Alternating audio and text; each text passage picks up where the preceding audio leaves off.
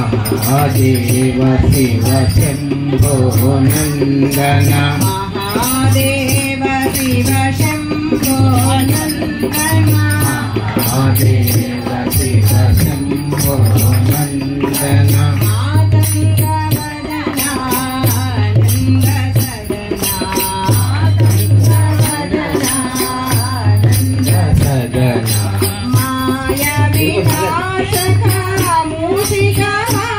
माया विनाशक मूषिक वाहन माया विनाशक मूषिक वाहन माया विनाशक मूषिक वाहन माता महेश्वरी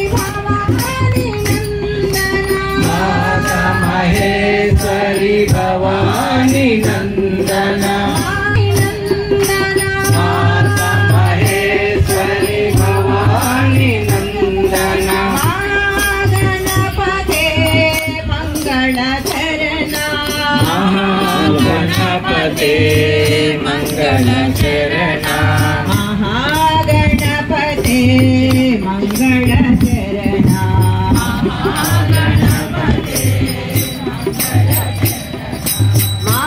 महागणपते मंगल चरणा महागणपते मंगल चरणा मातंग वदना नंद सदना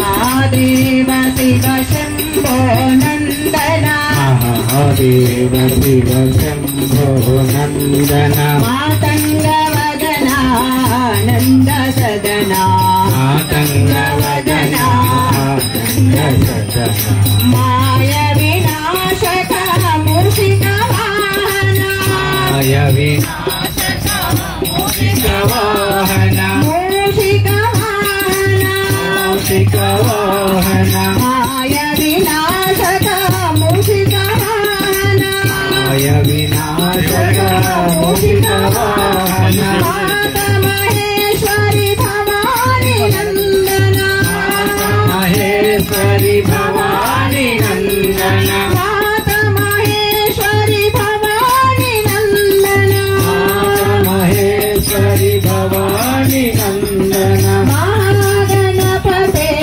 मंगल चरणा महागणपते मंगल चरणा महागणपते मंगल चरणा महागणपते महागणपते मंगल चरणा महागणपते मंगल चरणा वदना नंद सदना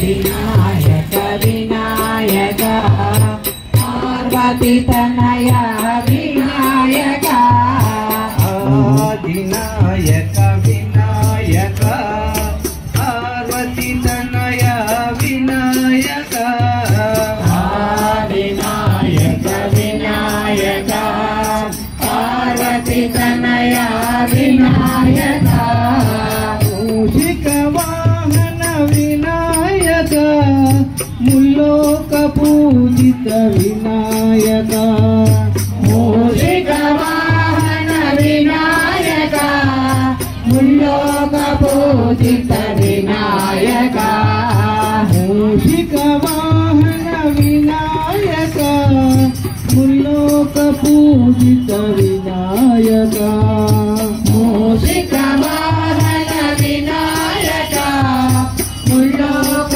पूजित विनायक आदिनायक विनायक पार्वती तनया विनायक आदिनायक विनायक पार्वती तनया विनायक सिद्धि प्रदाता विनायक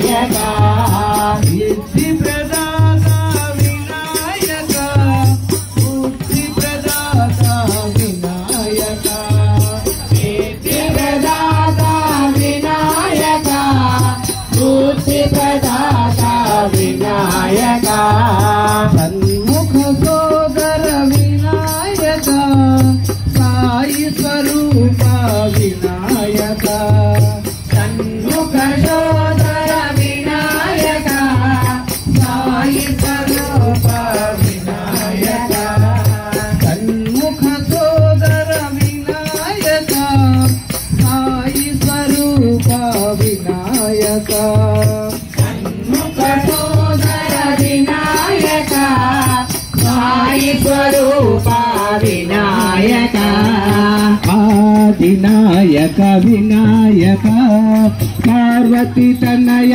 వినాయక ఆదినాయక వినాయక పార్వతి తనయ వినాయక మూషిక వాహన వినాయక ముల్లోక పూజిత వినాయక మూషిక వాహన వినాయక ముల్లోక పూజిత వినాయక ఆదినాయక వినాయక పార్వతి తనయ వినాయక ఆదినాయక వినాయక పార్వతి తనయ వినాయక సిద్ధి ప్రదాత వినాయక బుద్ధి ప్రదాత వినాయక సిద్ధి ప్రదాత వినాయక బుద్ధి ప్రదాత వినాయక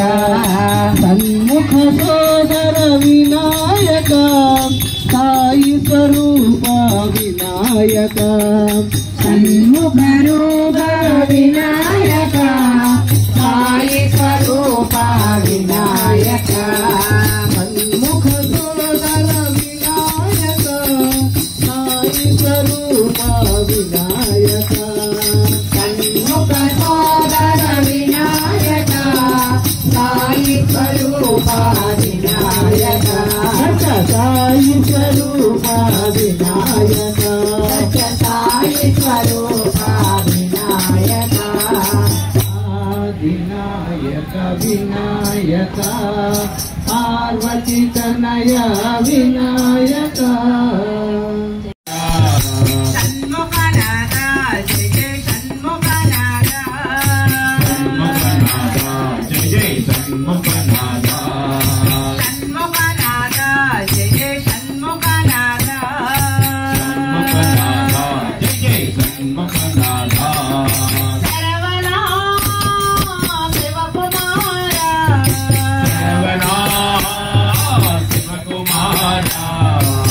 Brahman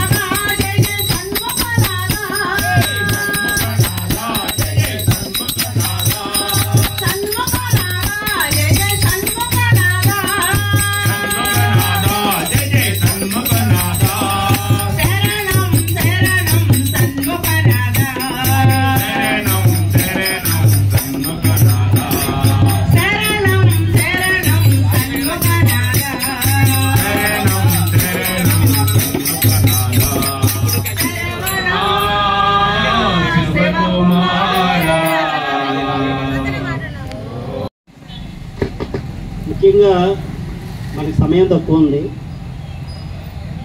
సో అసలు స్వామి ఏంటి, వినాయక వ్రతం ఎందుకు చేసుకుంటున్నాం? మొన్న వరలక్ష్మి వ్రతం అయింది, ఇప్పుడేమో వినాయక స్వామి వ్రతం అయింది. నెక్స్ట్ మళ్ళీ దుర్గాదేవి వచ్చేస్తాయి, తర్వాత ఏమో నేను ఊరుకుంటానని మళ్ళీ పరమేశ్వరుడు వచ్చేస్తాడు కార్తీక మాసంలో, తర్వాత నాకు తక్కువ అని మార్గశిర మాసం వచ్చేస్తాడు. ఇన్ని మూర్తులుగా పరమాత్ముడు ఎందుకు కొలువై ఉంటున్నాడంటే అన్నీ ఒకటే స్వరూపం అని చెప్పడమే ఇందులో పరమాత్మ అనమాట.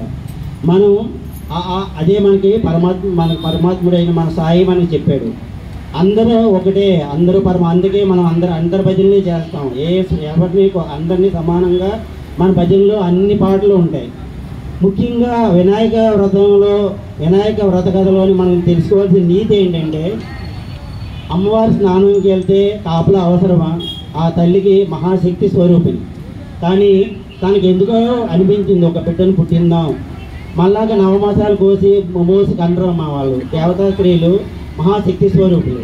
వాళ్ళు కావాలంటే ప్రాణం క్షణంలో ఎయ్యోవంతులో చిన్న ముద్దతోటి చేసి దానికి ప్రాణం పోసి వినాయకుడిని ఇక్కడ చేసి కాపలా వచ్చి దాని స్నానానికి వెళ్ళింది. బోలాశంకరుడు ఆయన ఎలాంటి వాడు, ఎవరైనా తపస్సు చేసి ఏ వరం అయినా ఇచ్చేస్తాడు. అలా అంతటి బోలాశంకరుడు. ఆ గజానుడు తపస్సు చేసి నా కడుపులో నువ్వు ఉండు, నువ్వు లోకాలకు వెళ్ళడానికి వీల్లేదంటే పార్వతీదేవిని అందరినీ వదిలేసి వెళ్ళి ఆయన కడుపులో ఉన్నాడు. మొత్తానికి దేవతలందరూ వేడుకుని ఇలా అయితే చాలా కష్టం, లయం అవడం లేదు, చాలా ఇబ్బందిగా ఉన్నాయంటే అక్కడికి విష్ణు వెళ్ళి ఆయన చక్రంతో ఇచ్చేసి ఆయన అతన్ని చంపి మొత్తానికి శివుని రక్షించి బయటికి తీసుకొస్తాడు. ఈయన ఎంత బోలాశంకరుడు అంటే అంత సముద్రాలన్నీ పిండి అమృతం కోసం వీళ్ళు ఇచ్చేస్తుంటే దేవతలు మహా విషం వస్తుంది, ఆ విషాన్ని కూడా ఈయన పింగి కంఠంలో ఉంచుకుంటాడు. ప్రార్థిస్తే ప్రాణం ఇస్తాడు అలాంటి బోలాశంకరుడు మన శివుడు. అలాంటి వాడు ఆ గజానుడి పొట్టలోంచి గబగబా పరిగెట్టుకుని వచ్చి ఆ పార్వతీదేవి కైలాస మందిరానికి వచ్చాడు, ఎదుర్కొంటే ఒక బాలుడు ఉన్నాడు. నేను ఇన్నాళ్ళు చాలా కష్టపడి వచ్చాను, నన్ను లోపలికి వెళ్ళనివ్వడం లేదంటే ఆ కుర్రాడు అడుగుతున్నాడు, నువ్వు వెళ్ళడానికి లేదు, మా అమ్మ స్నానం చేస్తాను, వచ్చే వరకు నువ్వు ఆగడానికి లేదు. ఏంటి కథలో నీతి? ఆ బాలుడి మీద ఇతనికి కోపం వచ్చింది. మెచ్చుకుంటే ఎంతైనా ఇచ్చే స్వామి చిన్నపిల్లవాడిని కోపపడడం ఏంటి? ఇదంతా పరమార్థం అనమాట. వెంటనే ఇద్దరికి యుద్ధం అవుతుంది, తల నరికేస్తాడు స్వామి, త్రిశూలంతో తల నరికేస్తాడు. ఇంతలోకి తల్లి వస్తుంది, అయ్యో ఇప్పుడే ప్రాణం పోసిన జీవికి అప్పుడే తల తీసేరయ్యా స్వామి, మీకు చిన్నపిల్లవాడి తల తీయడానికి మీకు ఎలా మనసు ఒప్పిందానని తోటికి తన వెంటనే అయితే ఏదైతే ఉత్తర దిక్కున ఏ ప్రాణం ఉందో ఆ ప్రాంతాలకు తల తీసుకొచ్చి పెట్టండి త్రిశూలాన్ని పంపించి నందిని పంపిస్తే ఉత్తర దిక్కుగా ఏ ప్రాణం ఉండదు, ఒక ఏనుగు తప్పించి ఆ ఏనుగు తల తీసుకొచ్చి స్వామికి అతికిస్తారు. ఇక్కడ తండ్రి అని తెలిసిన తర్వాత తన అందమైన స్వరూపం పోయి గజముఖం వచ్చిన ఆ గజానుడు తండ్రి మాటకి తల్లి మాటకి ఇచ్చేసి తల్లిదండ్రులకి ఎంత విలువ ఇచ్చాడో ఈ కథ నుంచి మనం నేర్చుకోవాలండి. తండ్రి తన తల నరికిన గజముఖం పెట్టిన గజానుడు అనే పేరు పెట్టిన ఆ గజానుడు అనే పేరు ఎంత స్థిరస్థాయిగా ఉండిపోయేలాగా ఆ తల్లి ఏమిచ్చిందంటే, నా తండ్రి నా కొడుకి గజముఖం ఇచ్చారు కాబట్టి ఆయన కొన్ని వరాలు ఇవ్వండి అంటే అతను ప్రథమ పూజితుడిగా ఉంటాడని వరం ఇచ్చాడు. కానీ దీనికి చిన్న తర్వాత ఏమైందంటే వీళ్ళిద్దరికీ చిన్న కుమారస్వామి పుడతాడు. వీళ్ళిద్దరికీ చిన్న టెస్ట్ పెడతారు, ఇద్దరికి గొడవ అవుతుంది. ఆయన ప్రథమ పూజ ఇచ్చేలాగా నాకు ఇవ్వాలంటే మీ ఇద్దరికి పోటీ పెడతాం, ఈ లోకాన్ని ఎవరైతే 3 సార్లు ప్రదక్షిణ చేస్తారో వాళ్ళకే నేను ఈ ప్రథమ పూజ ఇస్తానని ఆయన చెప్తారు. అయితే ఆయనకి నెమల వాహనం ఉన్నది, చాలా స్పీడ్. ఈయనేమో పాపం ఈయన పెద్ద రూపం, ఈయన చిన్న వాహనం ఉన్నదని ఎలా వెళ్తాడు అంత స్పీడ్గా అంటే వెళ్ళలేడు. అక్కడ ఉపయోగించాడండి సిద్ధి బుద్ధి. అంటే ఆయన భార్యలు కాదండి, ఆయన బుద్ధి అనమాట. ఆయన బుద్ధి, ఆ బుద్ధి ఉపయోగిస్తే సిద్ధి వస్తుంది. మనకు కూడా అదే నేర్పేరు, ఆ కథలో నేర్చుకోవాల్సింది అదే. ఏ పైన అవ్వాలంటే బుద్ధి ఉపయోగించాలండి. బుద్ధి అంటే జ్ఞానం ఉండాలి. ఆ జ్ఞానం ఉండాలంటే మనకు తెలియకపోతే పక్క వాళ్ళ దగ్గర నేర్చుకోవాలి. ఆ నేర్చుకుని తల్లిదండ్రులే మనకి సర్వం, వాళ్ళే మనకి ప్రపంచం, వాళ్ళకి ప్రదక్షిణ చేస్తే చాలు అనుకుని వాళ్ళకి 3 సార్లు ప్రదక్షిణ చేసి ఆ సిద్ధిని పొందే, ఆ అగ్ర పూజను పొందే అధికారాన్ని పొందాడు ఆ స్వామి. ఆ గణనాయని తాలూకా జ్ఞానం మనందరికీ అవ్వాలని మనం కోరుకున్నామండి. నెక్స్ట్ ఆయన చేతిలో త్రిశూలం, పద్మం, ఇంకో చేతిలో అంకుశం ఉంటుంది. ఏంటి దాని అర్థాలు ఏంటి?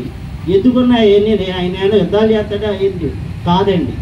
ఆ క్రీస్తులో మనకేమో 3 గుణాలు మనలోని అనగొట్టుకుని మన పరమాత్మ వైపు మన మనసును పెట్టాలని ఆ అంకుశం. ఎందుకంటే నేను అనే అహంకారాన్ని అంకుశంతో పొడి చేయాలి. నేను బాగా పాడతాను, లేకపోతే నేను గొప్పవాడిని, నేను జ్ఞానవంతుడిని, నేను ధనవంతుడిని, అహం వదిలేయండి. అహం లేదు. మనమంతా పరమాత్మ స్వరూపులం అనే భావంతో మనం మెలగాలి.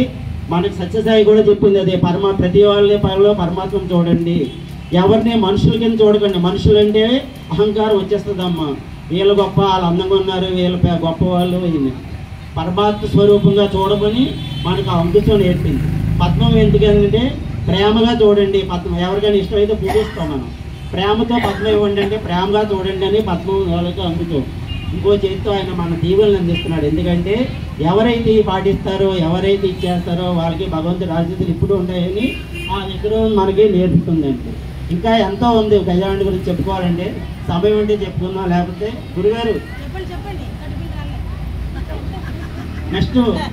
ఒకసారి ఆయన వాహనం ఏమో ఎలకండి. ఆ ఎలకను తిందామని విఘ్నేశ్వరుడు శివుడి మెడలో పాములకి ఎలకంటే మహా ఇష్టం. ఆ ఎలక వచ్చి పాముని తినడానికి ప్రయత్నం చేస్తుంది. ఇందులో నెమలికి పాము అంటే మహా ఇష్టం. అది ఎక్కడ పాము కంటే ఎత్తుకుపోతుంది. ఈలోపు జింక ఎప్పుడైతే నెమలి వచ్చిందో అమ్మవారి వాహనం ఊరుకుంటుందా సింహం వెంటనే ఏది కనిపిస్తుంది అన్నిటికంటే సింహం అడవికి రాజు, అది తినేస్తుంది. పడని జంతువులు ఆ పరమాత్మ కుటుంబం దగ్గర ఉన్నాయి. ఎంత ప్రేమతో కలిసి ఉన్నాయి. ఏ రోజైనా పోట్లాడుకున్నాయండి? లేవు. అలాగే మన ఇంట్లో అత్త, మామ, మన పిల్లలు, మన భర్త, భార్య విభిన్న భేదాలతో ఉన్నా సరే అందరూ కూడా సర్దుకుపోవాలని ఆ తాలూకా తత్వాన్ని బోధించడమే ఆ 4 తాలూకా ఇది అన్నమాట. ఇలాగ మనము ఆ పరమాత్మ విగ్రహం నుంచి అనేక మనం నేర్చుకుని ఆ పరమాత్ముడు ఏదైతే మన జ్ఞానాన్ని అందించాడో ఆయనే మనకు సిద్ధి, బుద్ధి, జ్ఞానము, విద్యా ప్రదాత, ఆయనే జ్ఞాన ప్రదాత అని మన పాటలో పాడారు. ఆయనే అద్వితీయ స్వరూపం, అంటే రెండో రూపం లేని పరమాత్ముడు. ఎంతమంది ఉన్నా మన ఇండియాలో ఎన్ని దేవతలను కొలిసినా అందరూ ఒకటే పరబ్రహ్మ స్వరూపం. ఆ పరబ్రహ్మం ఒకటే, అద్వితీయం, రెండోది లేదు, ఒకటే పరమాత్మ. మీరు ఎన్ని రూపాలుగా కొలండి. నన్ను పాపం అందరికీ మంచి పెడతారు. ఈయనకేమో పంటని ఏమో ఎలక్కాయలు,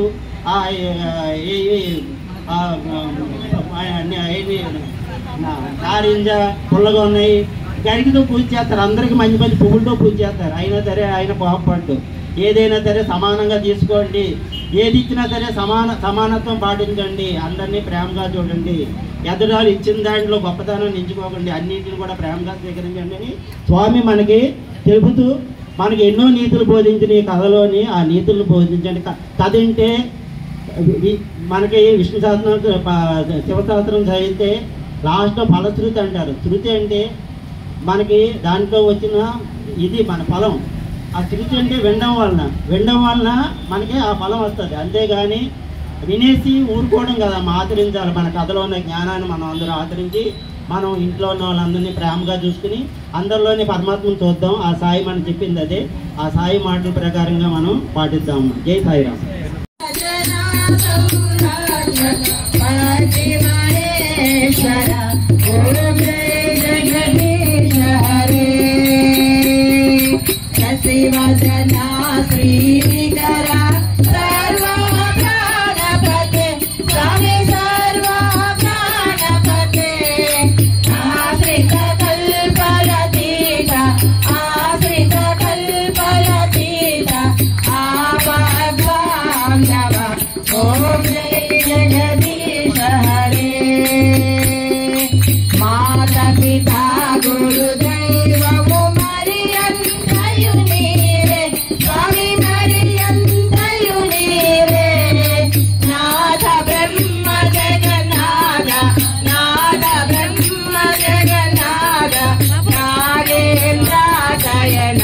ओम जय जगदीश हरे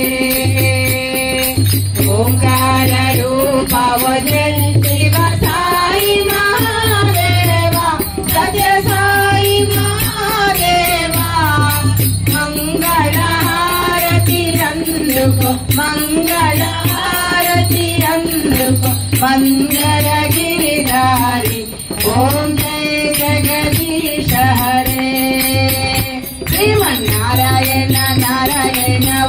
సత్యనారాయణ నారాయణ నారాయణ ఓం నారాయణ నారాయణ ఓం సత్యనారాయణ నారాయణ ఓం సత్యనారాయణ నారాయణ ఓం ఓం జయ నారాయణ